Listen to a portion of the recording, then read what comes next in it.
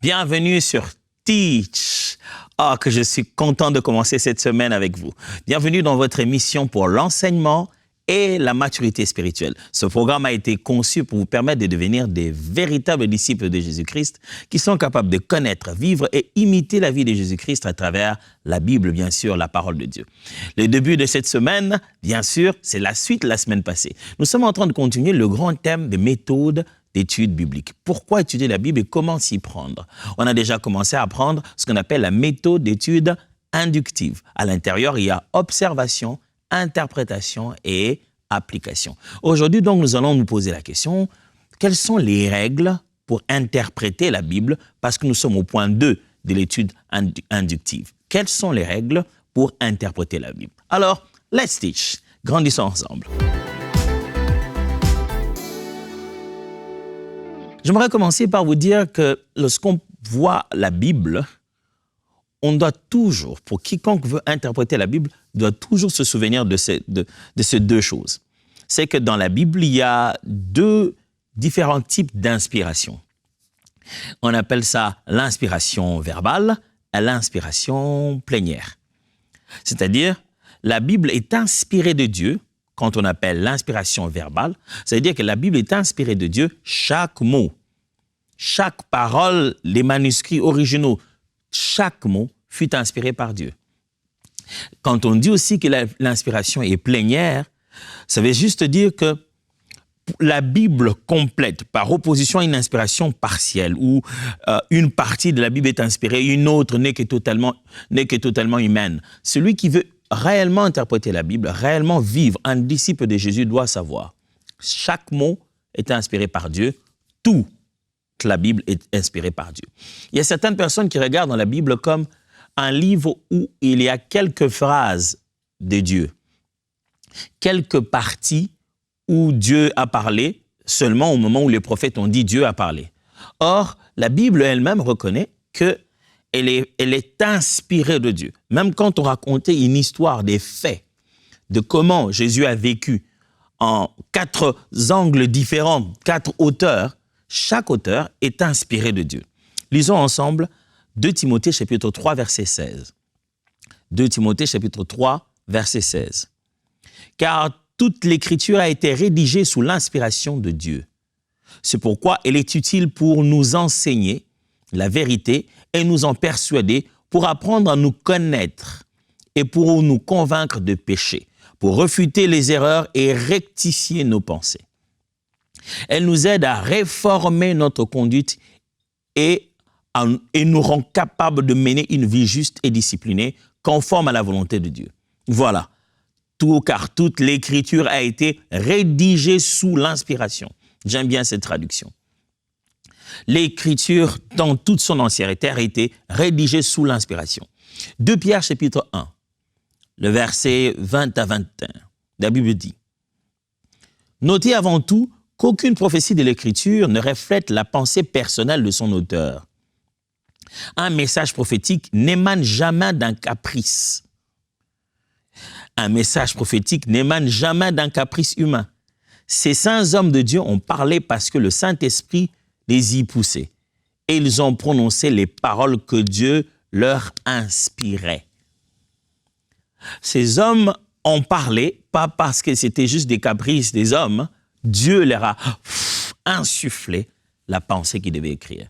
Que ce soit la façon de décrire un fait, que ce soit la manière de raconter une histoire, l'écriture, toute l'écriture est inspirée. Il y a dans la Bible beaucoup de, je vais appeler ça de doublons, des répétitions de faits.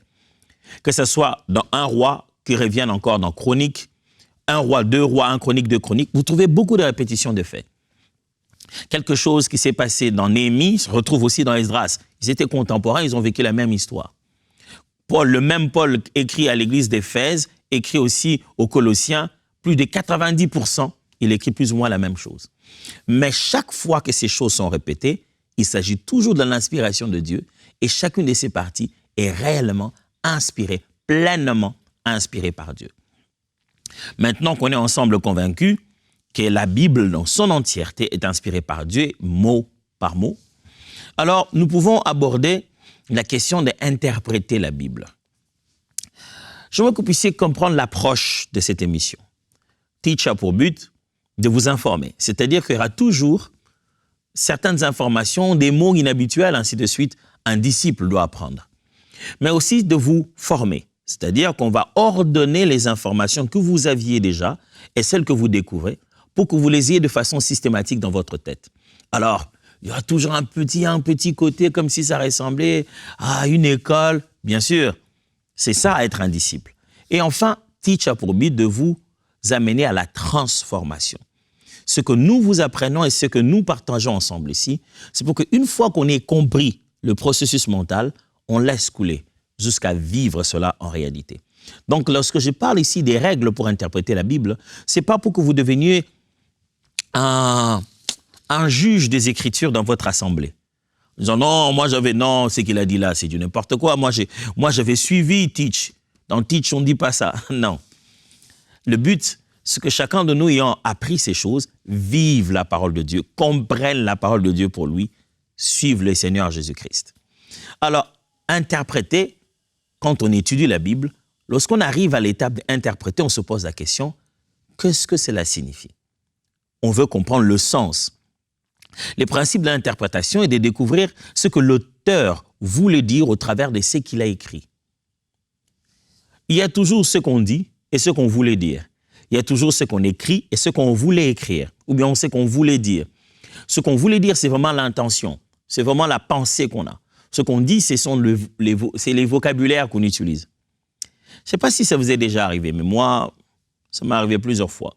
D'être dans une discussion ou de parler à quelqu'un, de me dire, ah oui, tu sais, le mardi, je reviendrai, mardi, jusqu'à ce que la personne me dise, c'est le mardi que ça doit se faire.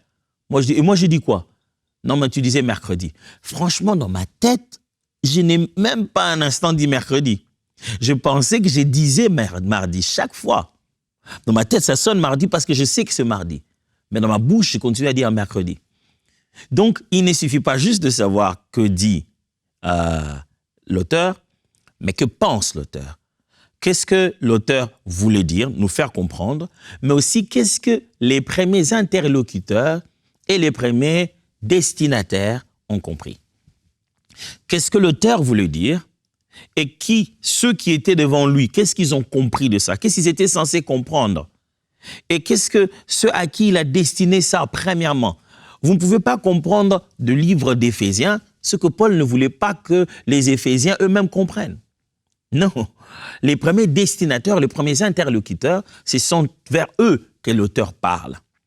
Alors, interpréter la Bible, c'est comprendre ce que l'auteur avait en tête.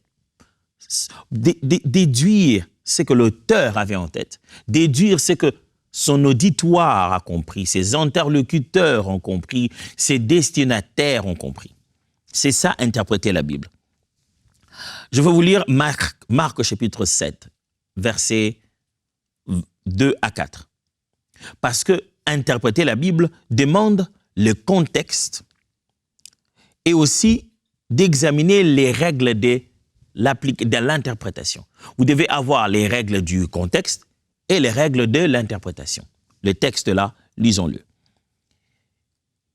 Ils virent quelques-uns de ses disciples prendre leur repas avec des mains impures, c'est-à-dire non lavées. Or, les pharisiens et tous les juifs ne mangent pas sans s'être lavés soigneusement les mains, conformément à la tradition des anciens. Et quand ils reviennent de la place publique, ils ne mangent qu'après s'être purifiés. Ils ont encore beaucoup d'autres observances traditionnelles, comme les lavages de coupes, des cruches et des vases d'airain. Marc écrit à ce... J'ai déjà eu le temps d'expliquer ça ici. Les premiers interlocuteurs de Marc sont des chrétiens d'origine grecque.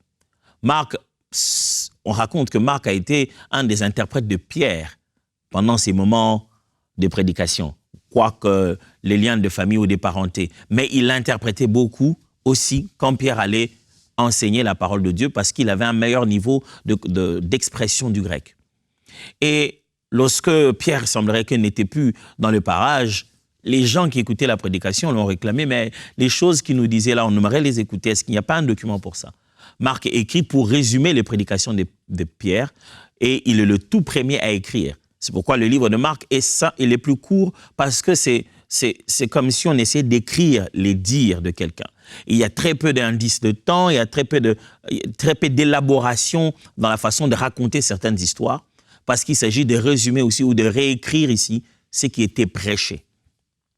Mais Marc, puisqu'il sait à qui il parle, il veut montrer le fait que les disciples ont connu un problème où les autres, le pharisien, scribe, ainsi de suite, se plaignaient d'eux sur un comportement. Mais il se rend compte que ces interlocuteurs ne vont pas comprendre ça.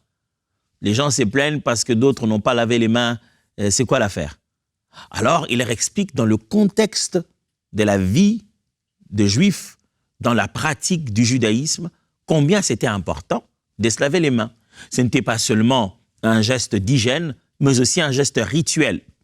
Alors, il l'explique. Et il met même une petite note en disant, à part le fait de laver les mains, les Juifs avaient d'autres types d'observances.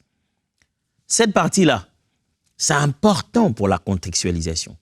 Ça permet de bien interpréter ce texte-là. Et figurez-vous quoi, la Bible elle-même a déjà mis ça à l'intérieur pour nous aider à interpréter les textes. Pourtant, ce n'est pas comme ça partout où on expliquerait chaque chose. Ce n'est pas partout de cette manière-là où on nous met déjà dans le contexte, parce que ceux qui écrivaient ces textes, surtout par exemple dans l'Ancien Testament, ne pensaient pas les destiner à un autre peuple que les Juifs. Ou lorsque les faits se déroulaient, on ne s'imaginait pas qu'on serait en train de le dire en français aujourd'hui. Les premiers interlocuteurs étaient là, les premiers destinataires étaient là. On savait qu'entre eux, ils savaient qu'ils se comprenaient. Alors, maintenant que nous, on arrive dans l'affaire, qu'on a bien observé chaque détail, comment il faut l'interpréter? Voici quelques règles. Ici, je ne vais pas vous donner toutes les règles théologiques, sachez-les bien. Notre but, ce n'est pas de remplir nos têtes. Notre but, c'est de nous donner l'essentiel pour que nous bâtissions notre foi en tant que disciples, en commençant quelque part, certainement par le lait, mais montant petit à petit, par la grâce de Dieu, vers une nourriture solide. Voici les quelques principes. Premièrement, ça s'appelle la règle de l'intention originelle. Interpréter la Bible, mes frères et sœurs, on doit toujours se dire le sens original, c'était quoi? L'auteur voulait dire quoi, lui? Ne déformez pas le texte biblique pour y mettre ce que vous voulez.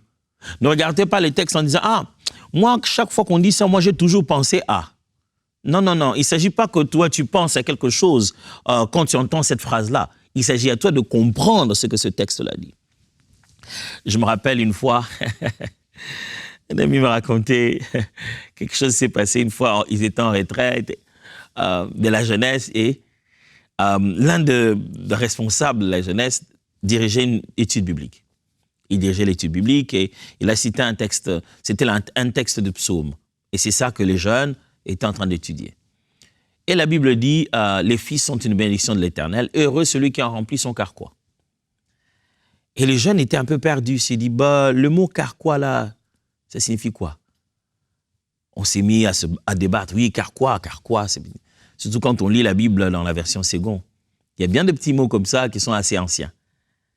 Carquois. Et puis bon, à lui de prendre la parole, il leur dit, carquois, franchement, vous connaissez pas carquois? Carquois.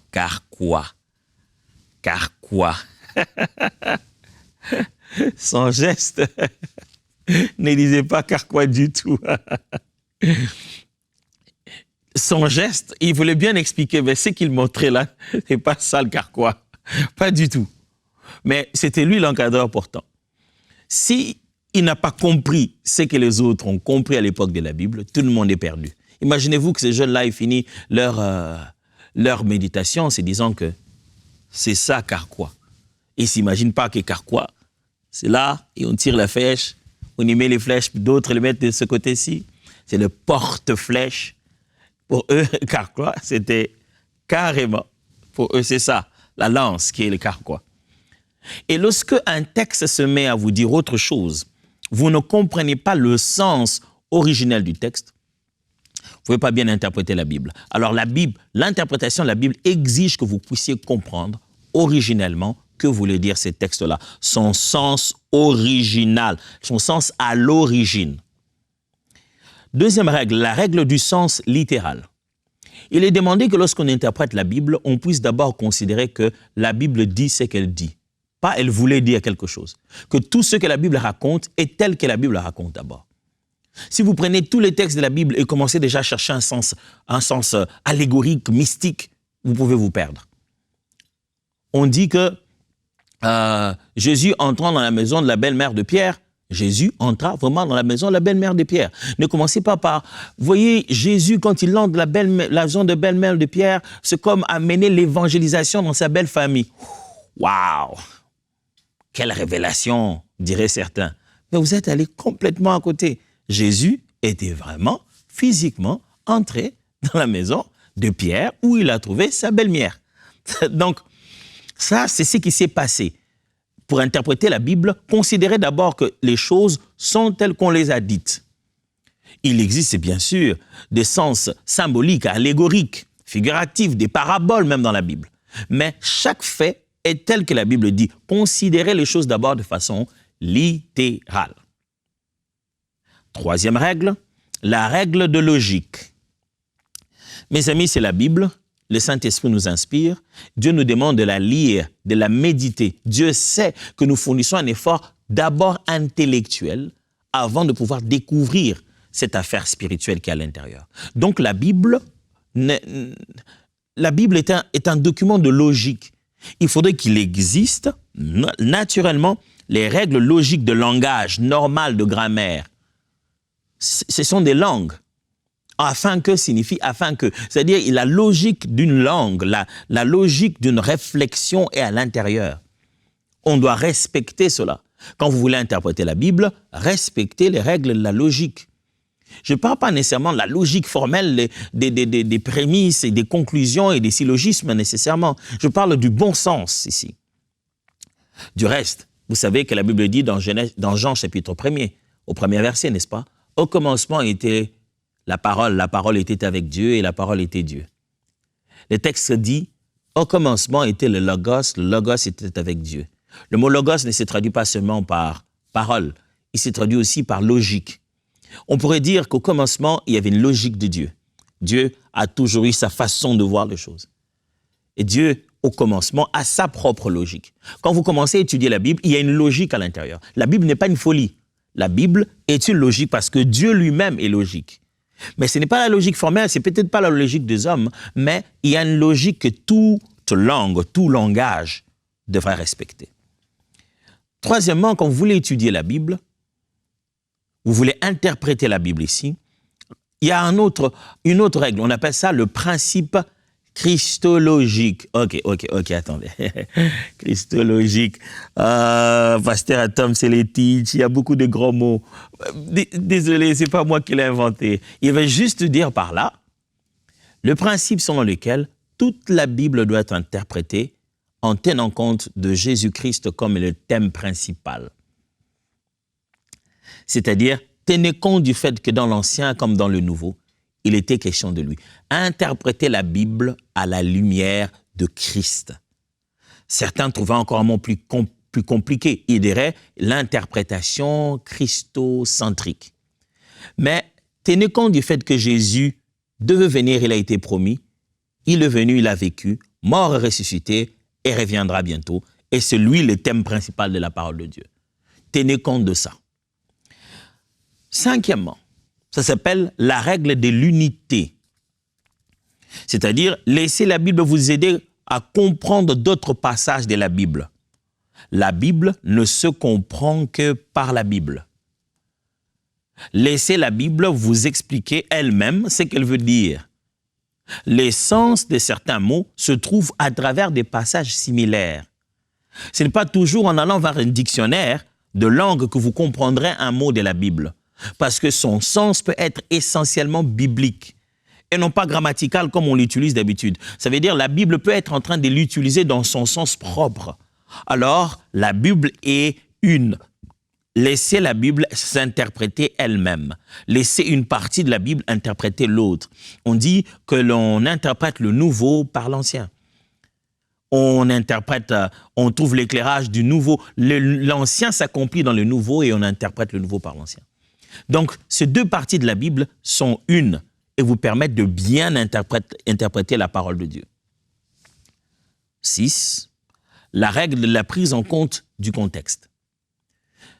Quand on interprète la Bible, sachez-le bien que il y a des règles d'exégèse qui sont obligatoires dans l'herméneutique et la démarche exégétique a déjà une dimension de l'interprétation.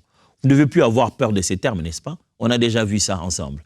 Ça veut dire que quand vous faites un travail d'étude de contexte, vous avez déjà commencé petit à petit à interpréter le texte.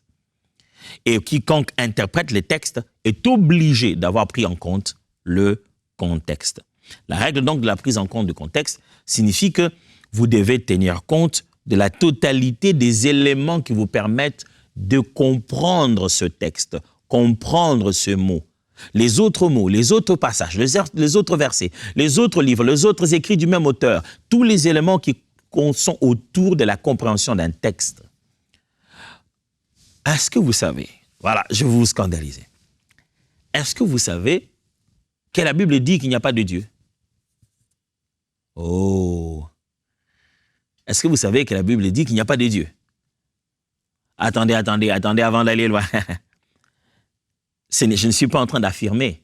Je suis en train de dire que ce mot-là est comme ça dans la Bible. Et si vous tombez entre des mauvaises mains, quelqu'un vous fera exactement ce que je viens de faire maintenant, et vous croirez que vraiment la Bible affirme que Dieu n'existe pas. On lit les textes. Psaume 14, verset 1. Au chef des chantres de David, l'insensé dit en son cœur, il n'y a point de Dieu. Oh! Et pourtant, quelqu'un va vous dire, vous savez, dans votre Bible là même, c'est écrit, il n'y a point de Dieu, mais vous-même, vous adorez Dieu. Mais c'est écrit, il n'y a pas de Dieu. Oui, mais c'est écrit comment? C'est écrit comme ça, l'insensé dit à son cœur, il n'y a point de Dieu. Ils se sont corrompus, ils ont commis des actions abominables. Il n'en est aucun qui fasse le bien. Le fait que la Bible dit il n'y a point de Dieu, ce n'est pas ce que la Bible veut dire. C'est dans une phrase de l'insensé. Vous savez, un jour, il y avait un débat biblique entre des frères chrétiens avec d'autres frères d'une autre religion. Alors, ils ont levé la main, ils ont dit, est-ce que vous savez, vous-même, vous êtes en train de prêcher aux gens l'évangile et tout ça, mais votre propre Bible dit que votre foi est vaine parce que Jésus n'est pas ressuscité. Ils sont allés dans le texte où Paul dit, si Jésus-Christ n'est pas ressuscité, donc notre foi est vaine. Ils ont considéré ça comme une affirmation. Si vous ne tenez pas compte du contexte, mes amis, vous n'allez pas comprendre la Bible, vous n'allez pas bien l'interpréter. Et souvent, quand vous êtes en face de quelqu'un qui veut tordre le sens, il vous citera un texte, il vous citera un passage en dehors de son contexte. Vous voulez bien interpréter la Bible, dézoomez chaque fois. Vous voyez ça? Exactement comme on vient de le faire. Du coup, tout à l'heure, vous me voyiez seul autour de moi, là, comme ça. Mais vous ne saviez pas qu'il y a cette lampe, cette fleur, ce tapis, cet écran, cette table. Vous ne saviez pas qu'il y avait tout ce qu'il y a autour à l'intérieur de ce plateau. Le contexte, c'est dézoomer le texte principal au point que vous voyez tous les restes. Ça vous permet de bien comprendre. OK, il était là pourquoi? Ah, je comprends. Oh, j'ai vu le pasteur Tom en train de parler. Oh, c'était teach. Tu as le contexte. Septièmement, la règle de la première mention. La règle de la première mention stipule que la première fois qu'un mot, un objet ou un incident a eu lieu, a été mentionné dans la Bible, cette première fois-là donne déjà une idée des éléments de son interprétation dans la suite de temps. Vous verrez très souvent cette règle être utilisée dans l'étude de concepts ou de notions dans la Bible ou des mots. On veut parler de l'adoration, on va chercher la première fois où le mot adoration est apparu dans la Bible. Littéralement, tout le mot, sans son pas le radical, mais tout le verbe, quand il est présenté dans la Bible, on est dans Genèse chapitre 22. C'est Abraham qui est en train de dire, il dit à ses serviteurs, vous restez ici, moi et l'enfant, nous allons monter à la montagne pour adorer. Mais son radical apparaît un peu plus tôt, lorsque Abraham voit l'essence finir, lorsque Abraham a besoin de se prosterner, de s'agenouiller en tenant son bâton. Il y a un petit radical qui apparaît déjà. Mais le mot en soi apparaît normalement dans Genèse chapitre 22. Ce que je viens de faire là, c'est d'appliquer la loi de la première mention. Autour maintenant de la première fois où le mot adorer apparaît dans chapitre 22 de Genèse, où Abraham est censé amener Isaac, tous les éléments, la plupart d'éléments qui sont là dans ce contexte, lorsqu'on commencera à parler d'adorer après, jusque dans le Nouveau Testament, ces éléments viendront toujours. Ils apparaîtront d'une certaine manière. Ça sera toujours question d'offrande. Ça sera toujours question du Fils unique. Ça sera toujours une relation avec le Père. Ça sera toujours un sacrifice. Ça sera toujours une affaire de monter plus haut. Ça sera toujours une affaire où le Dieu Tout-Puissant lui-même pourvoira à l'offrande. Il y aura toujours des éléments comme ça qui vont se manifester, qui seront permanentes et répétitifs dans l'histoire de l'adoration. Ce qu'on appelle la loi de la première mention. Vous voulez étudier un concept, il est bon d'aller la première fois, ce concept, cet événement se manifester pour la première fois. Donc, par exemple, dans l'idée de la Pâque, vous voyez la Pâque, vous voulez comprendre la Pâque dans le Nouveau Testament, allez vers la première Pâque. Voyez comment la Pâque a évolué et vous vous rendrez compte qu'il y a quelque chose depuis le début de la Pâque qui va se manifester jusqu'en Christ, notre Pâque. Je viens de vous enseigner et de partager avec vous les règles qui peuvent vous aider à interpréter la Bible. En tenant compte de ces choses-là, en les appuyant sur les éléments que vous avez rassemblés pendant l'observation, vous voilà un bon disciple capable de dévorer les Saintes Écritures. Je vous en supplie, mes frères, prenez le temps de pratiquer ces choses. Vous êtes devant votre Bible, vous êtes déterminé à faire une étude, prenez les notes de Teach, regardez, vérifiez, posez-nous des questions s'il le faut, mais prenez le temps de pratiquer ces choses-ci. Et aimez la parole de Dieu. Je voudrais partager avec vous mon cœur en vous disant que ici à MCI, nous sommes tellement déterminés à rendre la parole de Dieu disponible, simple pour chacun d'entre nous et surtout comme un style de vie. Nous désirons faire des disciples. Et on est conscient que faire des disciples, aller partout, faire des disciples, apporter la parole de Dieu dans les maisons, ça demande des moyens, ça demande qu'on soit équipé. Jésus en parlait quand il les envoyait. Il savait qu'ils avaient besoin des sacs, qu'ils avaient besoin... Ça demande des moyens. Depuis un moment, on se dit, poussons ceci plus loin, vers là où les seigneurs attendent de nous. C'est pourquoi on voudrait que quiconque ait déjà été partenaire ces années passées continue à l'être. J'aimerais encourager tous les partenaires de MCI et leur dire merci. Pour toutes ces années, vous n'avez pas cessé de soutenir MCI. J'aimerais vous encourager de continuer encore à soutenir MCI. Et j'aimerais aussi encourager ceux qui ne l'ont pas encore fait. Bienvenue, bienvenue dans la famille des partenaires, de ceux qui se mettent ensemble pour que nous poussions la parole de Dieu dans le cœur, dans le vie, dans les nations, et de plus en plus gagner de l'espace pour Jésus-Christ de Nazareth.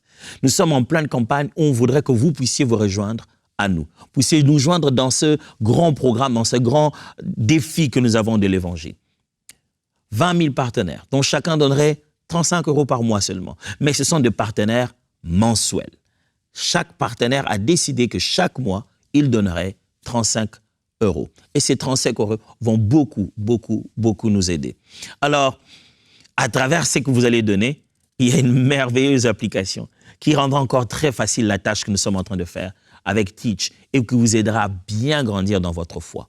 Alors, bienvenue dans cette grande famille de partenaires et je prie que le Seigneur se souvienne de votre sacrifice. Alors, pour moi, je vous dis au revoir. On se voit demain, n'est-ce pas? On a encore des choses à se dire dans ce même thème. Que Dieu vous bénisse. Let's Teach. Grandissons ensemble.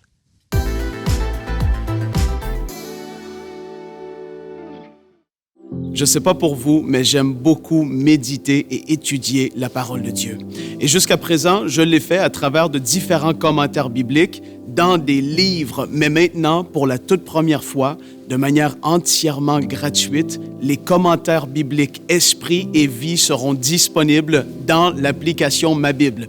Mais non seulement pour les adultes, mais aussi pour les enfants. Dans Ma Bible Junior, il y aura les commentaires Esprit et Vie Junior. Ça va être énorme. C'est extraordinaire de pouvoir méditer la parole avec des commentaires écrits de qualité qui ont fait leur nom. Leur réputation est déjà bien établie et c'est dans Ma Bible de manière gratuite. Donc alors aujourd'hui, on a besoin de votre aide. On veut vous remercier, vous tous qui faites partie de la famille des partenaires, mais à vous tous aujourd'hui qui voyez cette vidéo, je vous encourage à vous joindre à cette grande famille qui soutient EMCI et tous ses différents projets. Alors aujourd'hui, faites ce pas et rejoignez la famille des partenaires mensuels d'EMCI.